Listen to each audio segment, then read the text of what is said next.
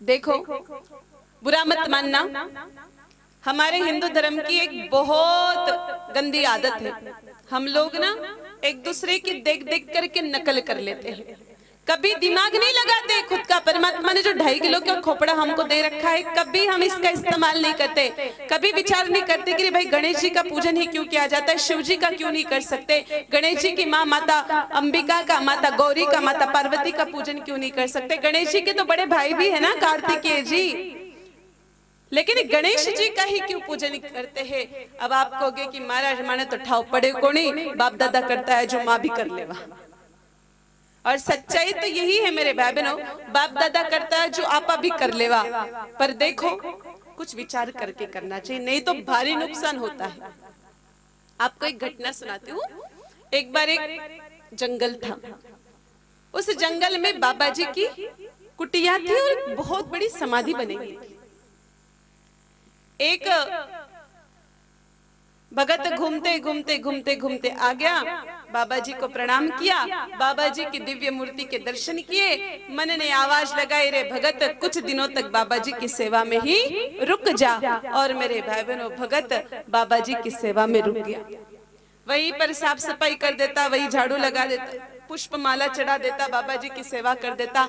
और बड़े बड़े महापुरुष कहते भी हैं मेरे भाई बहनों कि मनुष्य को जब जब भी साधु संतों की सेवा करने का अवसर मिले, उसको चूकना नहीं चाहिए, दौड़ दौड़ करके सेवा मांगनी चाहिए। क्योंकि संसार में भगवान की सेवा तो सहज है, लेकिन संतों की सेवा मेरे भाई बहनों बड़े मुश्किल से प्राप्त होती है।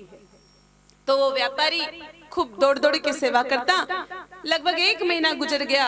अब व्यापारी गुरुजी के, महात्मा जी के पास जाके कहने लगा कि गुरुजी अब आज्ञा दो, आदेश करो, अब मैं भी घर पे जाऊं, बाल बच्चों को संभालूं। अब तक तो गुरुजी ने पूछा नहीं था मेरे भाई बहनों कि भाई तू कट्ठा सुआयो है, कई काम करे। अब गुरुजी ने पूछ लिया उसको कि भाई तेरा गांव क्या है, ठिकाना क्या है, बोल तो सही, तू आया कहां से है। कहा गुरुजी जाति का बंजारा हूं, जगह जगह जाकर के नमक बेचता हूं, लेकिन कुछ दिनों से धंधा मंदा चल रहा है, इसलिए सोचा कि आपके द्वार पर आऊं, आपकी थोड़ी सेवा करूं। अब देखो मेरे भाई बहनों, संतों का हृदय तो मक्खन से भी ज्यादा नरम होता है। मक्खन को पिघलने के लिए गर्मी की आवश्यकता पड़ती है, लेकिन संतों का हृदय तो मेरे भाई बहनों दूसरों के दुखों से ही पिघल जाता है। कहा भी है संत हृदय नवनीत समाना, संतों का हृदय मक्खन के समान होता है। गुरुजी ने गधा पकड़ा दिया, कहा बेटा ये गधा ले जा, इस गधे के ऊपर नमक की बोरियां लादना, जहां 4 बोरियां बेच रहा था वहां 8 बेच पाएगा और तेरा धंधा निकल पड़ेगा, जा मेरा आशीर्वाद तेरे साथ है। मेरे भाई बहनों, वो व्यापारी वो गधा लेकर के आया और सचमुच उसका धंधा निकल पड़ा। गुरुजी का आशीर्वाद कहो या उसका पूर्व प्रारब्ध कहो, खूब अच्छी तरह से मेरे भाई बहनों उसका धंधा चलने लगा। लेकिन कुछ ही दिनों बाद उस गधे की मौत हो गई जंगल में। अब इस बंजारे ने देखा कि भाई कुछ भी हुआ तो गुरुजी का प्रसाद था, इस प्रकार से तो इसको फेंक करके जा नहीं सकते। और मेरे भाई बहनों, उस बंजारे ने वहीं पर कफन बनाया, गड्ढा खुदवाया खुद के हाथ से, उसमें गधे को डाल दिया, ऊपर से मिट्टी डाल दी और सोचा कि अरे गधा था तो क्या हुआ, लेकिन गुरुजी का प्रसाद था, पुष्प चढ़ाए और जाने लगा। सामने से और 2-4 लोग आ रहे थे। अब उन्होंने देखा रे भाई यो कई मामलो है, यो आदमी अठे चक्कर काट रहे, अठे घूम फिर रहे हैं, इसका अर्थ है कि यहाँ कोई दिव्य जगह है। अब उन्होंने फूल ला करके तोड़ने की मेहनत तो नहीं की, फूल तोड़ करके चढ़ाने की, उनके जेब में पैसे जरूर थे, वो निकाल के रख दिए।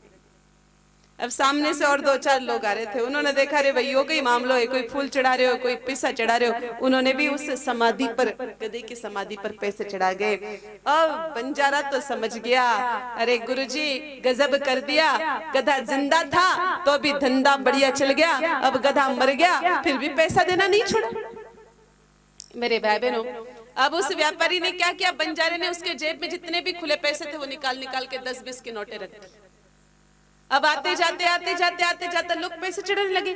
थोड़े ज्यादा पैसे आए तो उसने 4 दीवारी बना दी, और थोड़े ज्यादा पैसे आए तो चबूतरी बना दी, और थोड़े ज्यादा पैसे आए तो 2 कमरे बना दिए, और थोड़े ज्यादा पैसे आए तो मेरे भाई बहनों बाल बच्चों को भी बुला लिया। एक बेटे को अगरबत्ती की दुकान लगा दी, एक बेटे को लगा दी नारियल की दुकान। ओ मेरे भाई बहनों, समय निकलता गया।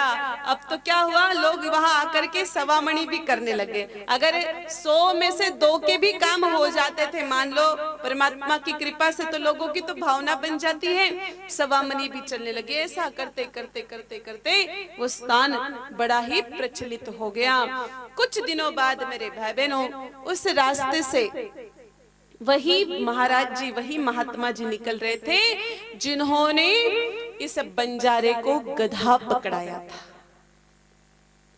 उन्होंने देखा, रे भाई जंगल में मंगल हो रहा है, देख तो लेवे कई मामलों है।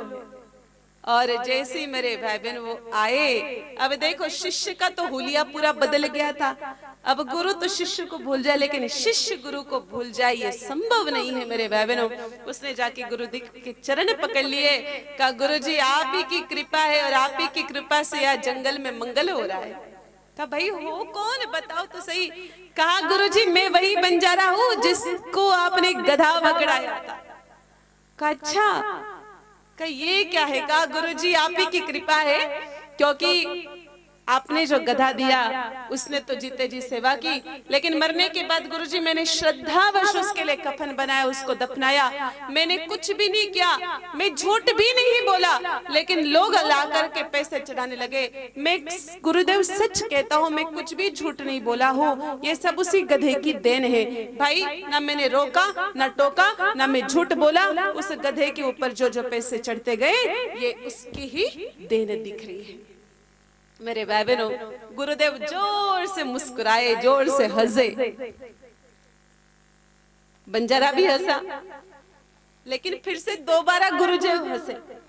तो बंजारे ने कहा गुरुजी पहली बार हंसे ये तो समझ में आया कि यहाँ पर उस गधे की समाधि के कारण इतना बड़ा ये तामझाम बन गया, इसलिए आप हंस गए। लेकिन दूसरी बार आप जो हंसे हो रुक करके, उसमें कोई ना कोई राज छुपा हुआ है।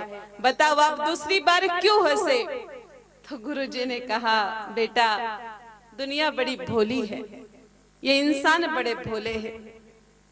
तो जिस समाधि पर रुक करके गया था ना, कहा जी, कहा बेटा वो भी किसी बाबा की समाधि नहीं थी, वो भी इसी गधे की माँ की समाधि का स्थान था।